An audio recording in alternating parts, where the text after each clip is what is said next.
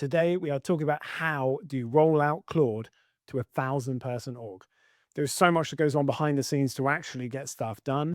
I'm here with Poppy Bryanton, our Director of Operations, to talk us through this, not a generic vision, but the actual mechanics and breakdown of how we really did this. Let's get into it. Welcome.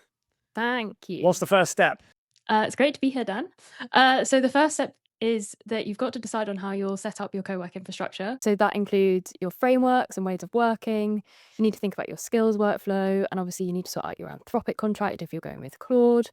And you've got to think about all of the communications that you're going to have around it and all of the people you need to include. Yeah, this is the more like logistical stuff that you need to set up. We're talking more today about how you actually roll it out. Talk us through then the less mechanical onto the number two. Like how do we initiate this? So you need to start off with a smaller group of hand raisers and product champions, and they're probably people who have already used it. Yeah. They're often technical people, or maybe you do have some practice leads or junior people. And if you get them working it before you open it up, you can make sure that you've really tested. You're thinking about the architecture and how you want people using it. And it pressure tests the framework. We knew who some of these people were because it allowed people to set up licenses on different platforms. So it's quite easy for us to identify. Each company, I guess, is going to be different. But what you're saying really is because it's a new rollout, you can't necessarily filter by the people that are already using the tools. You have to try and discover the people that are actively doing it, maybe on weekends and evenings, which I think we have with some people, right?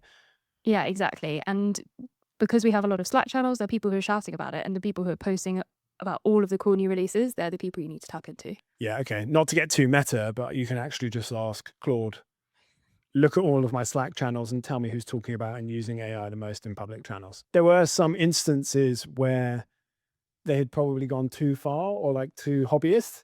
So there was some like open claw instances, which we didn't like castigate people for, but it created a security risk. Yeah, but you have an amnesty and you can help them bring out the really great ideas they have and turn it into an enterprise level rollout. So we caught some lobsters, said, we love this. Let's try and turn this into enterprise infrastructure as part of our rollout. Excellent. So we get some people.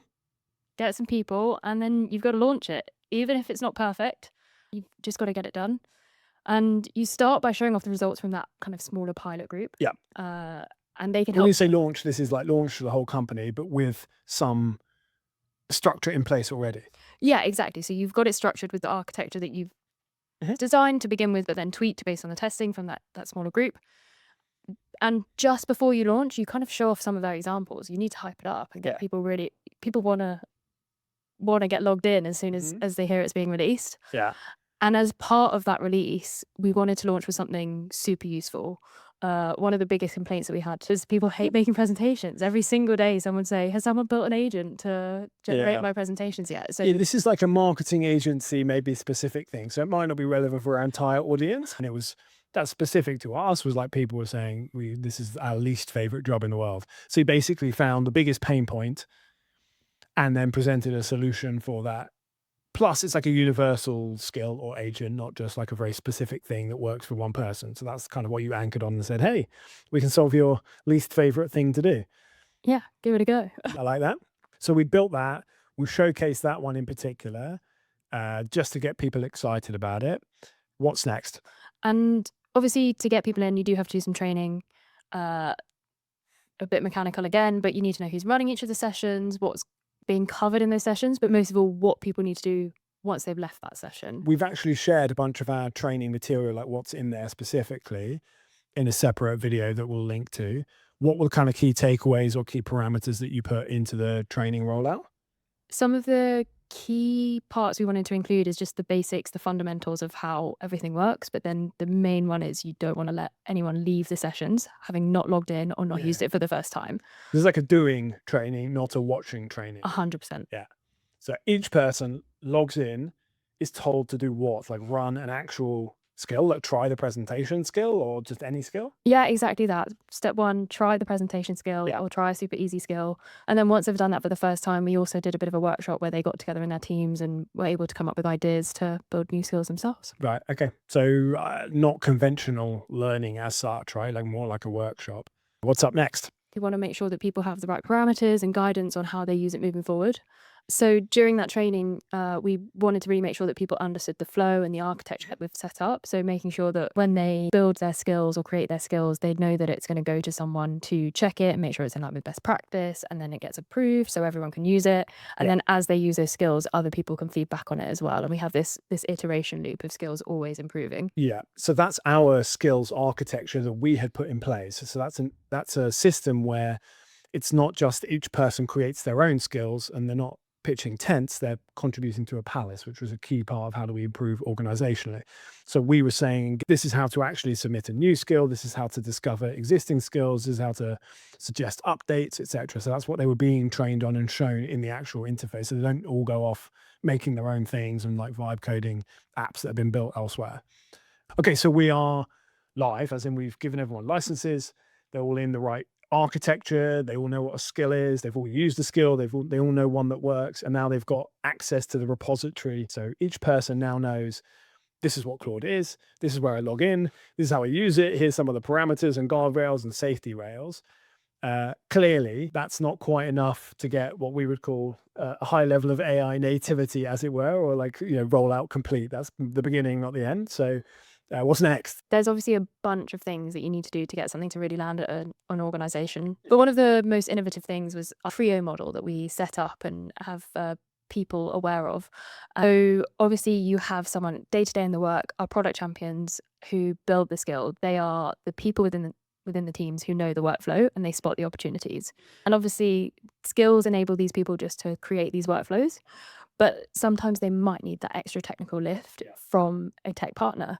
And so if the skill doesn't quite work or there's not the connector that's needed, maybe there's some logic gaps, the tech partner can step in and they can help advise on different tooling or diagnose the kind of issues that the person might be having. Yeah, for us, a tech partner is a classic software engineer that really understands limits of scalability and what's going to break. Whereas the product champion, in many instances for us, was even some of our graduate, like early learning, early career people. The third being the practice or department lead.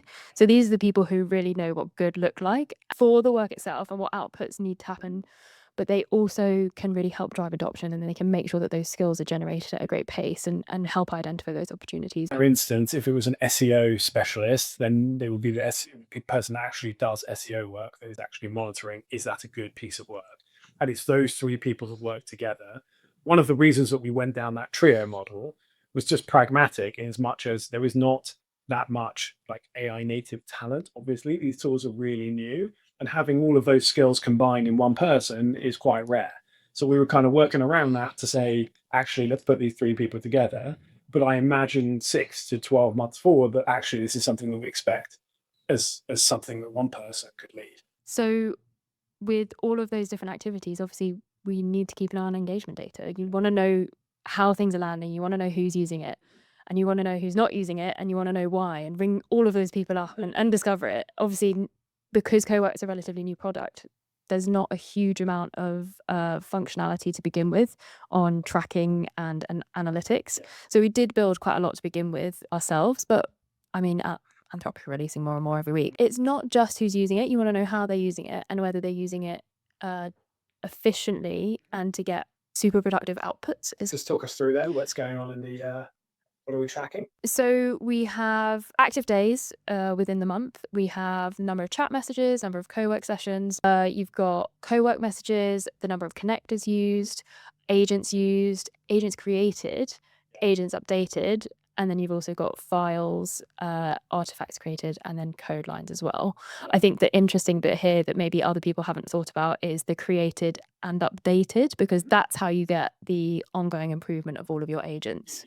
So obviously all of these agent stats and kind of matrix we have means that we can spot patterns. We're actually building out a heat map of different usage across the org, so we can identify where we might need to step in a bit and see what the barrier to entry is, or maybe we can see who's using it really, really well and take their examples and give it to other teams. Spotted some clusters, but we want a visual so we can see that by region, by practice, by leader, whatever it might be. Yeah. And then just hone in on those. Exactly. Then we can continue to build this really vibrant ecosystem of skill creation, skill usage, improvement, iteration, and your point around kind of everyone having the skills they need in a year's time. Yeah. We'll get there. Love that. Thank you, Poppy. This was super helpful. Just to sum up, 1, decide on the infrastructure, get champions, build some skills so that people see instantly when you roll it out how good it is. As part of training, I don't even want to call it training, I want to call it onboarding, people using it, showing how good it is. The trio model that may become a solo role at some point, but for now tries to combine the different skill sets that don't generally exist in one person. Then capturing all of the data and using all of that to kind of hone in on the winners and celebrate them and find and execute the losers. How do you actually do this in practice? Get on with it. Real enterprise AI in a real company, no theory. Signing off, Dan Gilbert. See you tomorrow, unless someone else drinks.